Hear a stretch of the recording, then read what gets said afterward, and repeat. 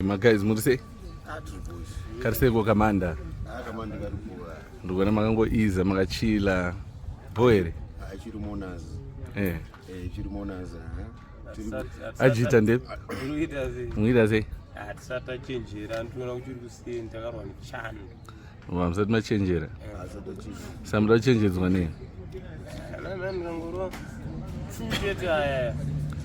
tu chete alright haro aitoona kuti zvofamba sei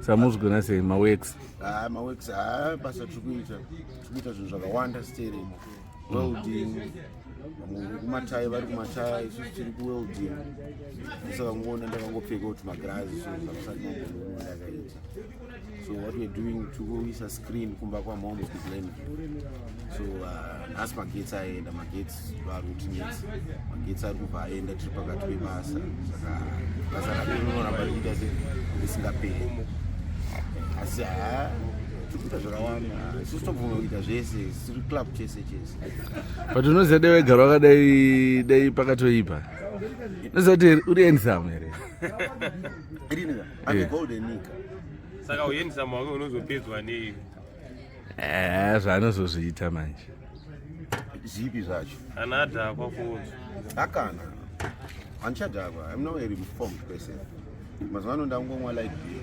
nematricks ndichanyanyodhakwa zvadaita alright I'm now a very good person kuti I'm not going to church ndiri kuzvona ndosika runwa energy drink Christ Embassy ndokuchechi kwandakuenda saka ndinzwa shoko ramwari ndichitaurira kunzi I'm a victor not a victim of life. I'm a victor not a victim. So I want to tell everybody, everybody is not a victim. We are all victors. So I should know how to gain the victory. And those are the church. So everybody should just actually know kutika murichi vakundi kuti vakundi muyo chichoma asida kuenda ndege and another issue nachikumbiroka but iyo ndakadzoka hanzi kuchechi kwenyu munoti kana mapedza kumisa motengerwa duru hanzi makainvaitwa neduru kuchechi handinotomboinvaitwa neduru duru rangu ndinoenda naro ndega ini ndotomwa duru muchechi handi because duru rangu kana ndinaro ndotorinwa ndotorisa kana kuti saka iyo haisi energy drink ipi haimvura dira pasi to energy drink yapera kudhara imvura afuwa tidi modengorwawo ndikandaenda kubvuma izvozvo ivat shenge handichangoonga zvimwe zvezvo kumhanya I'm now a reformed person. You I'm still reform. And another thing I would want society. I'm still reform. Ndikati hande muno test kwa condas nchibva machamuka. Ndono test kwa condas ndina condas. Aiyo ungoziya sei. Handina mbobvira ndafamba panzira kadze kuti ndinotarisira kuti ndingave ndine chirwere. Kuda ndakaenda naye kuda is negative. Eka akanotestwa sei wakanotestwa sei wakaenda kunotestwa iwe. Vanofana ngoziva paumiri. Chii chakaita kuti unotestwa? Unoya kuzwa nyama dzako dzichita sei?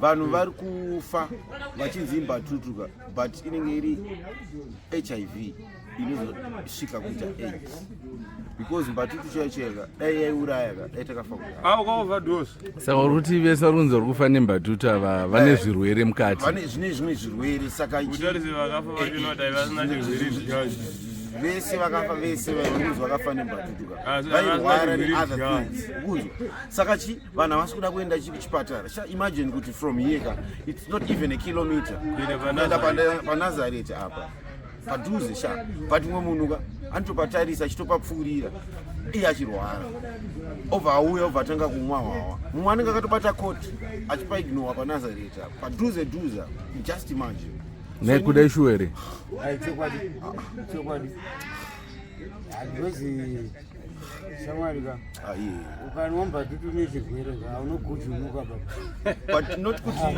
even cancel yacho ukaimwa uine chirwere unofa hapana chisingauraye enge I just want kuti nini akuzoona kuti vanonwa Mbatutu vanonwa makaso asingafi wacho ndiani because ndaviga vanhu vobhoka vasingamweka vanonwa makaso ndavaviga futika. Saka inini chani message yangu ndiyengoti vanhu rapai. Uendo pakiriniki uso skonotestwa uso avambo eke kune kuri free. Kunzo ku Methodist Church. Free azvibhadharo. Mahara. Ndakandotestwa mahara. Kana kuna Nazareta kwacho mahara. Plus ndikuona kuti vanhu varongoti Mbatutu. Inouraya ndirambe. Ukaenda kumbudzuka uko izvozvi enda unotarisa kuti makuva ese ari kuimbatutu here. Handisi kuti ndiri kuidefenda. Munhu kana uchinwa chinhuka inwa zviri paaverage zvekuti unoona kuti kozvinondato zviri boo. Chinhu chese ukaoverdose aka unokuwara. Right. Another issue now. Every year, every day, Mbatutu anditi. Ko hamsati mambotaurawo nyaya yemutoriro. Why?